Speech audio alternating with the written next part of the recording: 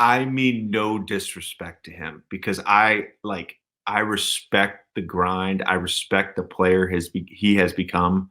But early in his career, I remember telling people like Cam Payne is not an NBA player. I have no idea why that guy was a lottery pick.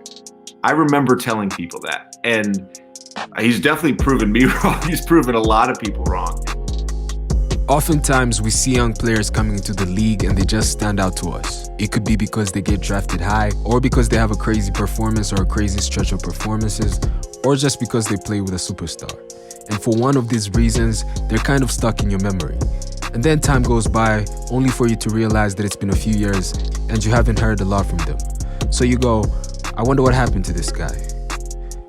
Personally, some of the players I've had this kind of experience with are guys like Jonathan Simmons, who was crazy for the Spurs a few years ago, and other guys like Marcelo Huertas, who attempted the craziest shot I've seen up to this day. There's also Brandon Jennings, and a while back, it was Cameron Payne.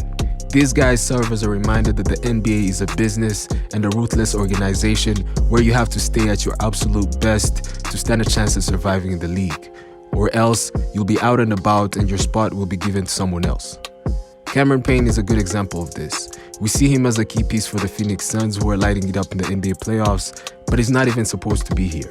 He's supposed to be one of the other guys who succumb to the pressure, doubt, and all that comes with being in this business that is the NBA. But it's also proof that hard work and perseverance remain undefeated. His story is one of the best I've heard in a while, for real, and I'm here to share it with you, so let's get into it.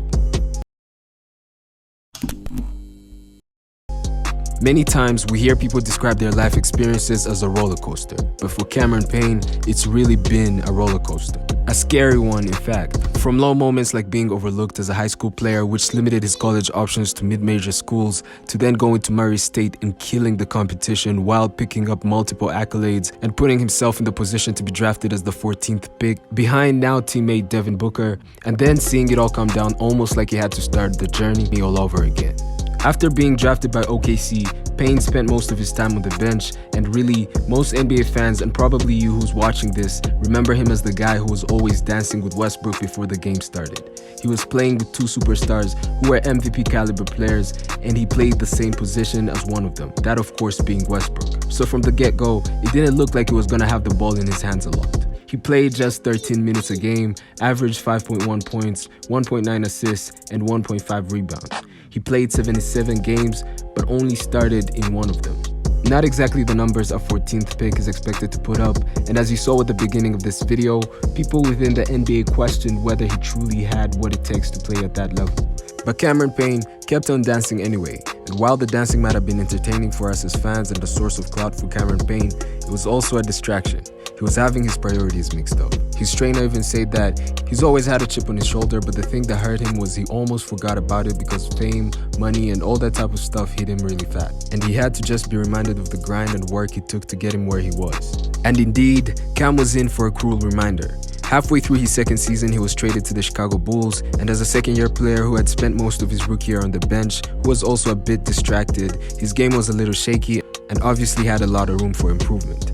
Although the Bulls had traded for him, they were not very impressed by him, and this became obvious when someone in the Chicago Bulls organization said that by the second practice, the team knew that Payne couldn't play at the NBA level. This is a quote that was published in different news sources, and it is also one that Cameron Payne held on to. Because of all this, he found himself doing a lot of time in the G League, but after some time with the Windy City Bulls, he made it back to the Bulls roster only to suffer a right foot injury that had him sidelined for 3 months. In 2.5 seasons with the Bulls, he played just 67 games while showing little improvement. He was stuck in an organization that wasn't high on him, and even the fans in Chicago had nicknamed him the Tank Commander. But at least he was still on a roster until the Bulls waived him in 2019.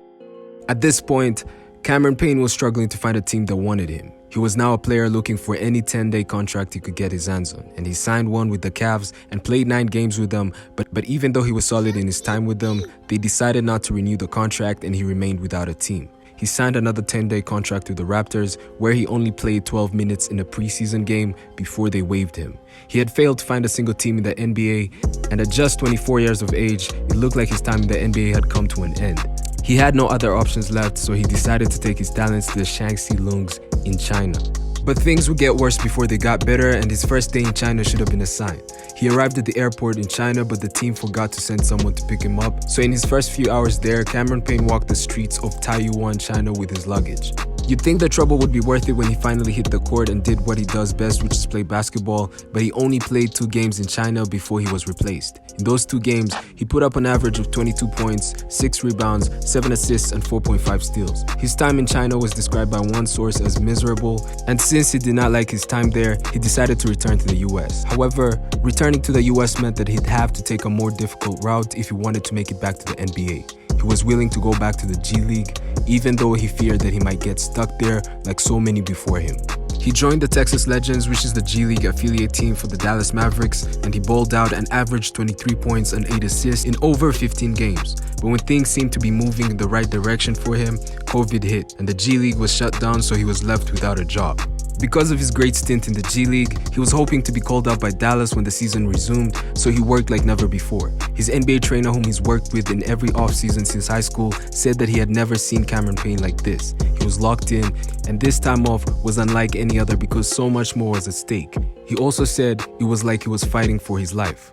In the Memphis Heat, they worked daily at the beginning of the pandemic, doing weight training with his trainer in the morning, a basketball skills workout at a gym right after that, and sometimes there would be another session with his trainer. He would also play pickup with John Morant and other pros and top high school players in the area. He was on a mission to keep his dream alive, and he still had no idea whether he was going to make it back to the league. And even with all this going on, there was a running joke on social media about him being nothing more than Westbrook's backup dancer. And the quote from the member of the Bulls organization was also something that he had not forgotten. That people around him say that you can tell that the quote still bothers him and fuels him because he brings it up without being asked. And if anyone knows how much it bothers him, it's his trainer who said that people left him for dead and he was a punchline and he hired all of it. The trainer said I would remind him and it would piss him off and we would have the greatest workouts. The time came for the NBA season to resume in the NBA bubble, and Cam was hoping to get a call from the Dallas Mavericks. After all, he had been grinding more than ever before, and the Mavs did call him, but it was to tell him that they were taking Trey Burke instead of him. This must have been extremely disappointing, but just the next day, Suns coach Monty Williams, who was an assistant coach in OKC a few years ago, called Cameron Payne and offered him a spot on the Phoenix Suns. I'm in the pool, and I wasn't even expecting no call from nobody. I just got a call from another team, and they declined, and they said no, we went with someone else, and I was like, well, I guess I'm gonna be watching it. Like, I got in the pool, he called me, and it was just like a dream come true for me, like all over again. Like, it kind of felt like I got drafted again.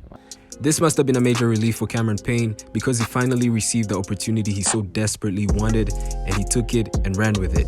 The best part is he was ready because he stayed ready. And maybe it's a good thing that Dallas didn't pick him up because he's found a system that's a perfect fit for him. As part of the Suns' 8-0 run in the bubble, but it is in this year that he has emerged as one of the Suns' most important players and one of the best role players in the 2021 playoffs. His stats may not be anything out of this world, but in all the Suns games I've watched, his energy off the bench, leadership, tenacity, and ability to score when the team needs it the most is special.